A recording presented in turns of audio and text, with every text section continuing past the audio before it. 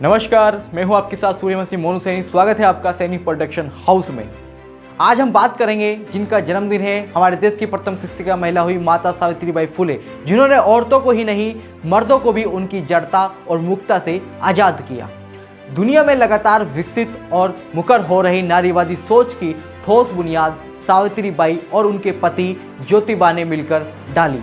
दोनों ने समाज की कुप्रथाओं को पहचाना, विरोध किया और उनका समाधान पेश किया है। दो साड़ी पहनकर जाती थी माता सावित्रीबाई फुले। रास्ते में कुछ लोग उन पर गोबर फेंकते थे तो गोबर फेंकने वाले ब्राह्मण का मानना था कि शूद्र अतिशूद्र को पढ़ने का अधिकार नहीं है। घर से साड़ी पहनकर निकलती थी, वो दुर्गंध से भर जाती थी। स्कूल पहुंचकर दूसरी साड़ी पहन लेती थी, फिर लड़कियों को पढ़ाने लग जाती थी। ऐसी थी माता सावित्रीबाई फुले। यह घटना 1 जनवरी 1848 के आसपास की है।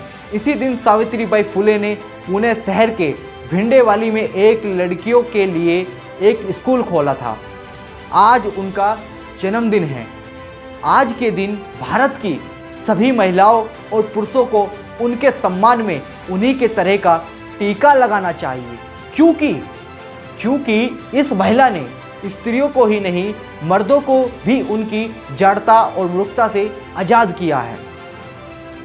इस साल 2 जनवरी को केरल में अलग अलग दावों के अनुसार 30 से 50 लाख औरतें 600 किलोमीटर रास्ते पर दीवार बनकर खड़ी थी। 1848 में माता सावित्रीबाई फुले अकेले ही भारत की करोड़ों औरतों के लिए दीवार बनकर खड़ी हो गई थी।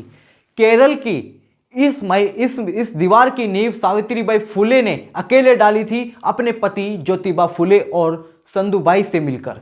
इनकी जीवनी से गुजरिए, आप गर्व से भर जाएंगे।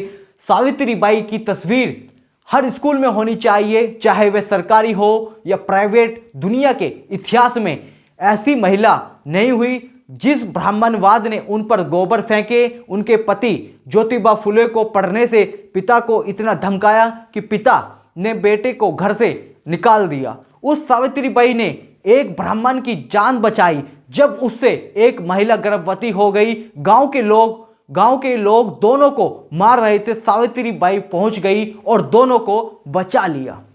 सावित्रीबाई ने पहला स्कूल नहीं खोला, पहली अध्यापिका नहीं बनी, बल्कि भारत में औरतों अब वैसी नहीं दिखेगी जैसी दिखती आई है। इसका पहला जीता जागता मौलिक चार्टर बन गई है माता सावित्रीबाई फुले। उन्होंने भारत की मरी हुई और मार दी गई औरतों को दोबारा से जन्म दिया।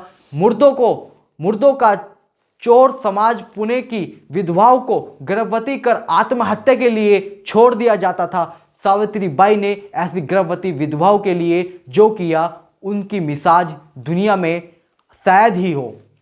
1892 में उन्होंने महिला सेवा मंडल के रूप में पुणे की विधवा स्त्रियों के आर्थिक विकास के लिए देश का पहला महिला संगठन बनाया। इस संगठन में हर 15 दिन में सावित्रीबाई स्वयं सभी गरीब, दलित और विधवा स्त्रियों से वार्ता करती थी, चर्चा करती थी, उनकी समस्या सुनती थी और उसे दूर करने का उपाय भी सुलझाती थी।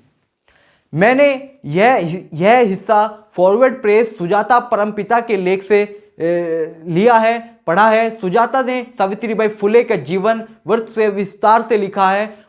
आप भी उसे पढ़िए और शिक्षक है तो क्लासरूम में पढ़कर सुनाइए। ये हिस्सा जोर जोर से पढ़िए।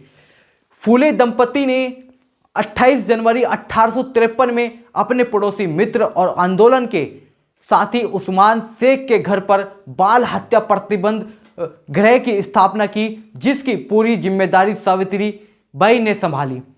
वहां सभी बेसहारा गर्भवती स्त्रियों को बगैर किसी सवाल के शामिल कर उनकी देखभाल की जाती, उनकी प्रस्तुति कर बच्चों की परवरिश की जाती थी, जिसके लिए वही पालना घर भी बनाया गया। यह समस्या जितनी विकराल थी, इसका अंदाजा इसी बात से लगाया जा सकता है कि मात्र 4 सालों के अंदर 100 से अधिक विधवा स्त्रियों ने इस समूह में बच्चों को जन्म दिया। दुनिया में लगातार विकसित और मुखर हो रही नारीवादी सोच की ऐसी ठोस बुनियाद सावित्रीबाई फुले और उनके पति ज्योतिबा फुले ने मिलकर डाली। दोनों आपसों साइड नहीं गए, बल्कि कुप्रथाओं को पहचाना, विरोध किया और समाधान पेश किया। मैंने जो कुछ भी कहा है, जो कुछ भी मैंने आपको बताया है उसे पेश किया है, बल्कि मैंने कम कहा है, इसलिए कहा है ताकि हम सावित्रीबाई फुले को सिर्फ डाक टिकटों के लिए याद ना करें। याद करें तो इस बात के लिए उसे समय का समाज कितनी पीड़ा और पेटियां उठाई है, निर्दयी था और अंधविश्वास में जी रहा था। मैं कोई तारीफ नहीं कर रहा हूं, महिला भी उसी का नाम सावित्रीबाई फुले था। अगर आपको मेरी ये वीडियो अच्छी लगे तो इसको शेयर करें, लाइक करें और कमेंट करके मुझे जरूर बताएं और मेरे इस चैनल को सब्सक्राइब कर लीजिए, जिससे कि सबसे पहले आपको जानकारी मिल सके। धन्यवाद। फिर मिलेंगे एक और नई वीडियो के साथ।